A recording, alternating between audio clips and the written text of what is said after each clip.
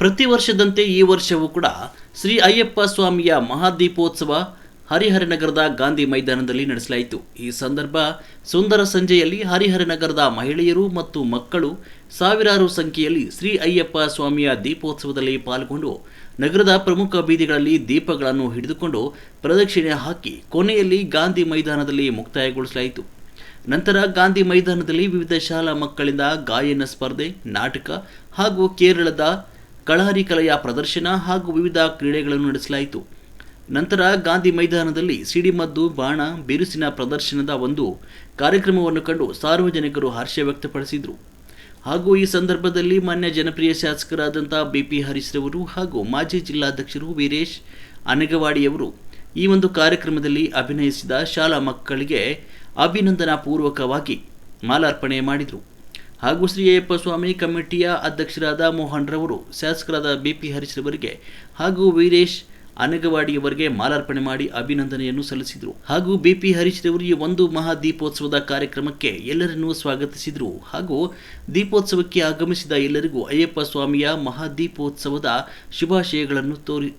ಶುಭಾಶಯಗಳನ್ನು ತಿಳಿಸಿದರು. ಕ್ಯಾಮರಾಮ್ಯಾನ್ ಹಜರತ್ ಅಲಿ ಜೊತೆ ವರದಿ ಎಲ್ತಿಪೇಶ್, ಕರ್ನಾಟಕ ಪವರ್ ನ್ಯೂಸ್ 1 ಹರಿಹರ.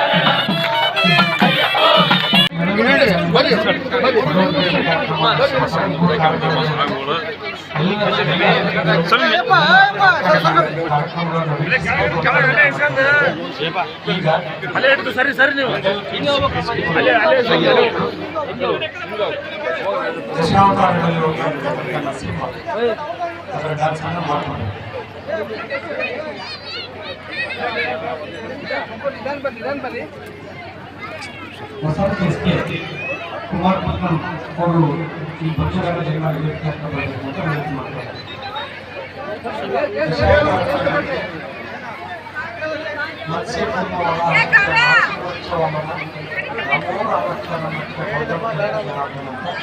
ಅದರಲ್ಲಿ ಉತ್ಸವವನ್ನು ನಡೆಸಿ ಅದರ ನೃತ್ಯವನ್ನು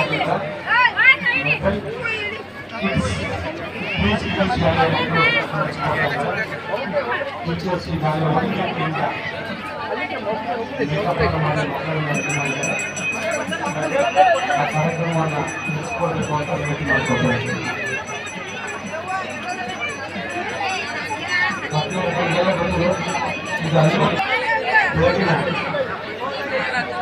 ಮಹಾಗಣಪತಿ ಹೋಮ, ಶ್ರೀ ಗಣಪತಿ ಶ್ರೀ ಸುಬ್ರಹ್ಮಣ್ಯ ದೇವರ ಪ್ರತಿಷ್ಠಾಪನೆ